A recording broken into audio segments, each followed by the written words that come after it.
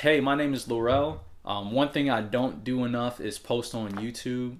And another thing that I don't do enough that I'm more ashamed of is speaking up on social issues that are presenting themselves in the media that affect us all. So, over the past couple of days, if you've watched the news, if you've watched sports, you've become aware of these protests that the NFL players have been conducting at the beginning of games during the national anthem. This goes all the way back to last year when Colin Kaepernick was sitting out and kneeling on the sidelines and during the games as well to express the lack of awareness and to gain awareness towards police brutality.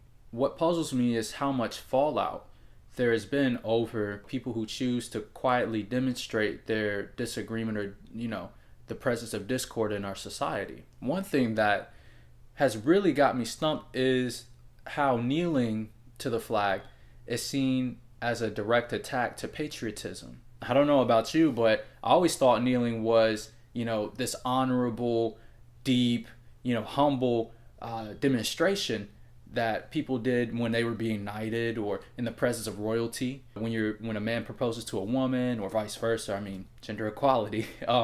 In a more negative connotation, being on your knees in defeat is a form of surrender. It's not an attack. It's vulnerable. So for somebody to present themselves in that way to the flag it's like a form of reverence to me. But a lot of people have been speaking as if the kneeling is more of like a Molotov cocktail being hurled right at the flag, or if Kanye West just ran out on the field and grabbed the mic again. Like, it's seen as this monstrous act, this monstrous attack. So let's reflect real quick. The national anthem is supposed to be this patriotic song that allows us to go back and think about all of the struggles, the hardships, and the victory of this country, for us to take pride in our national identity. We have U.S. code that actually stipulates how someone should behave during the presentation of the flag, during the national anthem.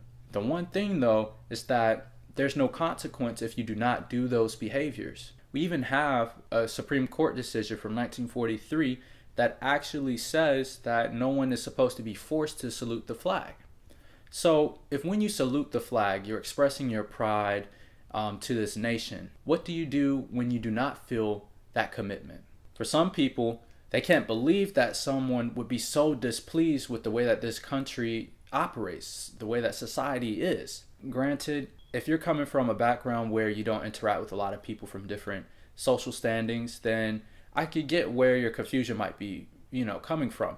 But most of us are aware and socially conscious. This all started with Kaepernick trying to bring awareness to an issue that was being publicized in the media. Like, every other headline was about somebody being shot by a police officer. So for that message to get lost in this grand message of being disrespectful to people in the military, it feels like a way of generating some sort of guilt, and like singling out people as being unpatriotic. While I'm on the subject, thank you to every man and woman that served, and to those that have lost people who have served.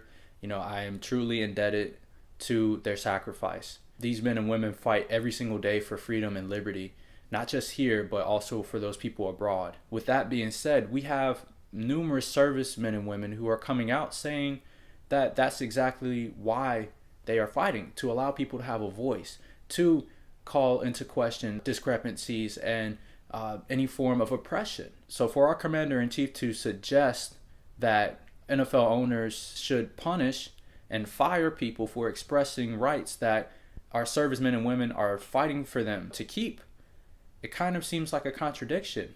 My whole viewpoint is that the way that they're choosing to demonstrate is in a peaceful way.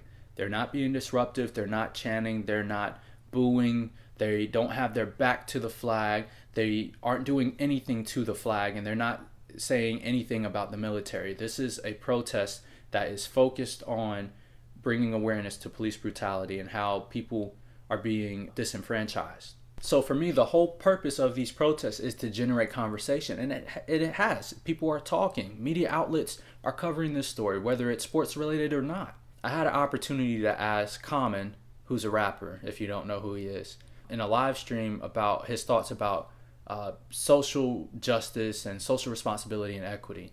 And his comments were basically that we have to make sure that during peaceful times, during good times, that we're coming together and interconnecting our communities, so that when things happen, that those bonds, even though they're tested, they hold. And our bonds are being tested right now. So hopefully, out of all of this, we're able to have this conversation and recognize that there is a problem and that there are two different viewpoints. And hopefully, by acknowledging those viewpoints and being respectful to each stance, we are able to work towards some sort of solution. To every athlete that is taking it upon themselves to use their platforms and their voices to bring awareness to this issue, thank you. I appreciate you guys taking it upon yourselves to do that. In spite of your endorsements and contracts, in spite of money being at stake, you're doing what's right. Again, to our servicemen and women, thank you guys for your everyday sacrifice. There's nothing that we can do other than respect and honor you for what you decided to undertake on our behalf. And to viewers who are normal people, thank you for watching and giving me your time. My comment section is open if you want to leave your thoughts, start a conversation. Like this video if you liked it, share it if you really liked it, and hopefully we can move forward and move together. Thanks.